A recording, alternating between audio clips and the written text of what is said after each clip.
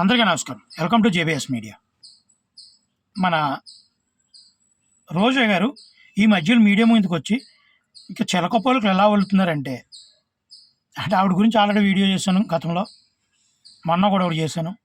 ఆవిడ మాట్లాడుతున్నారు, ఇగో ఇలాంటి బూతులు మా ఊళ్ళని అరెస్ట్ చేస్తున్నారు సోషల్ మీడియాలో, జగన్మోహన్ రెడ్డి గారు ఈవిడ ఎక్కువ ఆశిస్తుంది.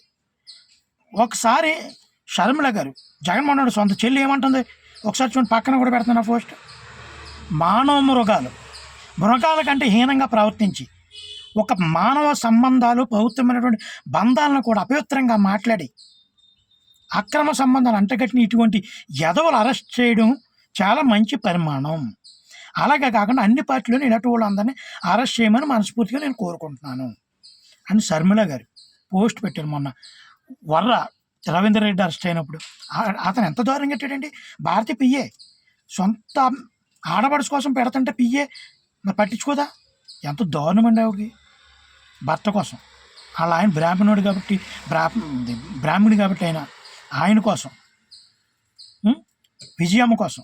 అసలు విజయమ్మ రాజశేఖర రెడ్డికి శర్మిల పుట్టలేదు అన్నట్టు, ఎవడికో పుట్టినట్టు. ఎంత దారుణమైన మాటలండి. ఇవన్నీ రోజు సమర్థిస్తుందా? ఈరోజు రోజా చిలక పలుకులు వల్లేస్తుంది. ఆ విజయమ్మనే కాదు, అనితని ఈరోజు ముందుకు వచ్చేసి మానభంగాలు జరిపోతుంది, అత్యాచారాలు జరిపో. ఆ రోజు ఎంతమంది జరిగినాయి? అప్పుడు నోరెందుకు మీద రోజే దారుణంగా మాట్లాడేది కదా. మిడిల్ ఫింగర్ చూపించి ఇప్పుడు నేను చూపించకూడదు కానీ ఎంత దారుణంగా మాట్లాడేది ఆవిడ. ఇటువంటి వాళ్ళందరూ ఈరోజు అంటే మన శుద్ధపోసు కబుర్లు చెప్తున్నారు. శుద్ధపోసు కబుర్లు మనం చేస్తే సంవత్సరం, అదొకటి చెప్తే వ్యభిచారం. ఎక్కడ నేర్చుకున్నారు ఈ అదవ స్టోరీలు? అంటే ప్రజలు ఏదో సానుభూతి కొట్టేయాలని, అదిగో నిజమే కామోసు అనుకుంటారు కదా అమ్మాయికి ప్రజలు. కొంతమంది ఉంటారు కదా మీకు ప్రచారాలు కూడా నమ్మేవాళ్ళు. మీకు అర్థమైందా? మీ ఫేక్ ప్రచారాలు కూడా నమ్మేవాళ్ళు కొంతమంది ఉంటారు కదా. అటువంటి ప్రచారాలు నమ్మడం కోసమే కదా మీరు ఈరోజు మీ ఫేక్ ప్రచారాల వల్ల ఇది ఎన్ని జరిగినాయి. వాస్తవాలు తెలుసుకోవాలి కదా. టీడీపీ వాళ్ళు ఎలా చేసినా సరే ఖండించవలసిందే.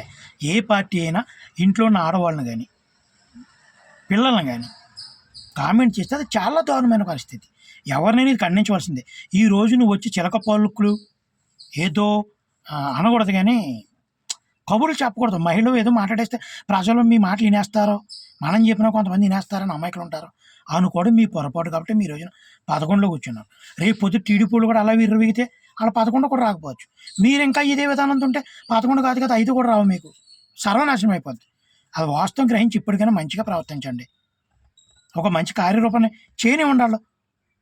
చేసిందని అడ్డుపట్టద్దు దయచేసి. ఓకే, జై భీమ్.